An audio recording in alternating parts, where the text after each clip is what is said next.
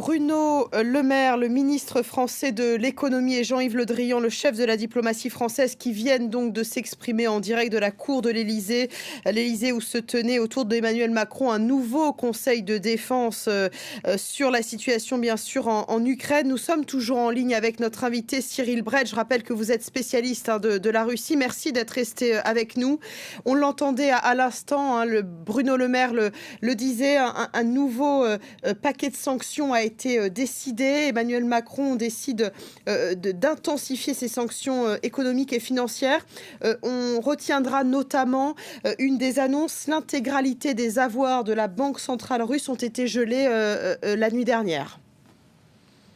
Oui, je retiens également cette mesure qui est considérable parce qu'elle n'est pas seulement une mesure de rétorsion. Elle vise à priver la Russie des moyens de financer son effort de guerre qui est considérable. Et donc là, la mesure qui est prise n'est ni de l'ordre symbolique, ni de l'ordre de la mesure de rétorsion, mais bien de paralysie de la chaîne de commandement, russe.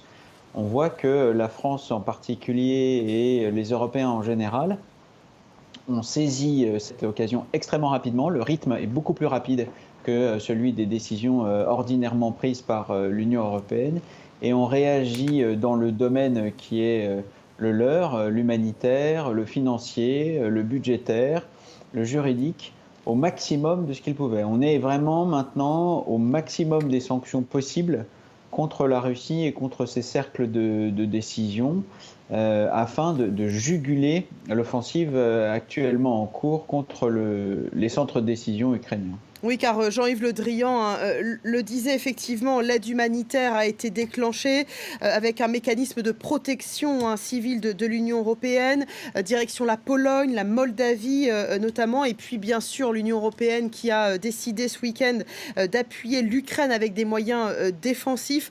Cela aussi, c'est historique, l'envoi d'armes en Ukraine pour aider les Ukrainiens à combattre l'ennemi russe. Oui, c'est proprement historique.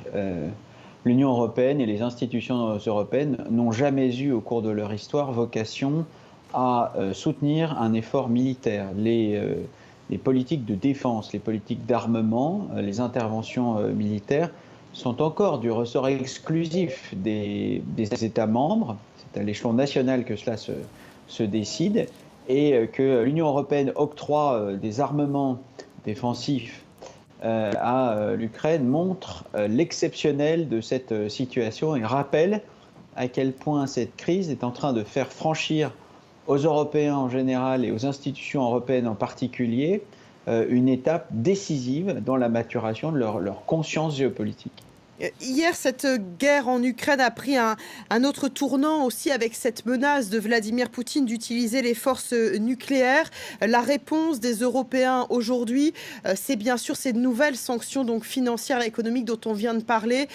On ne joue pas sur le même terrain, mais l'Union européenne veut affirmer sa fermeté. Oui, et on a raison de ne pas jouer dans le même terrain.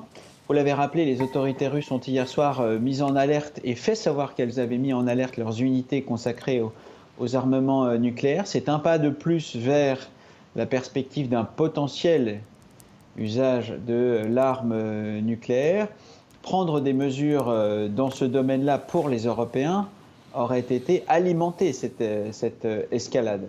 Il faut bien voir aujourd'hui qu'après 5 jours d'offensive conventionnelle, dans tous les domaines, air, terre, mer et cyber, les autorités russes n'ont pas réussi à contrôler les centres de commandement ukrainiens. La résistance a été trop forte. Et que les sanctions européennes sont en train de paralyser les centres de commandement russes. C'est pour cette raison qu'il y a cette montée aux extrêmes, l'annonce d'une menace nucléaire qui serait destinée à paralyser les efforts européens. Donc les Européens ont réagi. Et je pense qu'ils ont eu raison de ne pas alimenter l'escalade vers l'utilisation de l'arme nucléaire, mais de rester extrêmement ferme, car c'est leur sécurité qui est directement en jeu.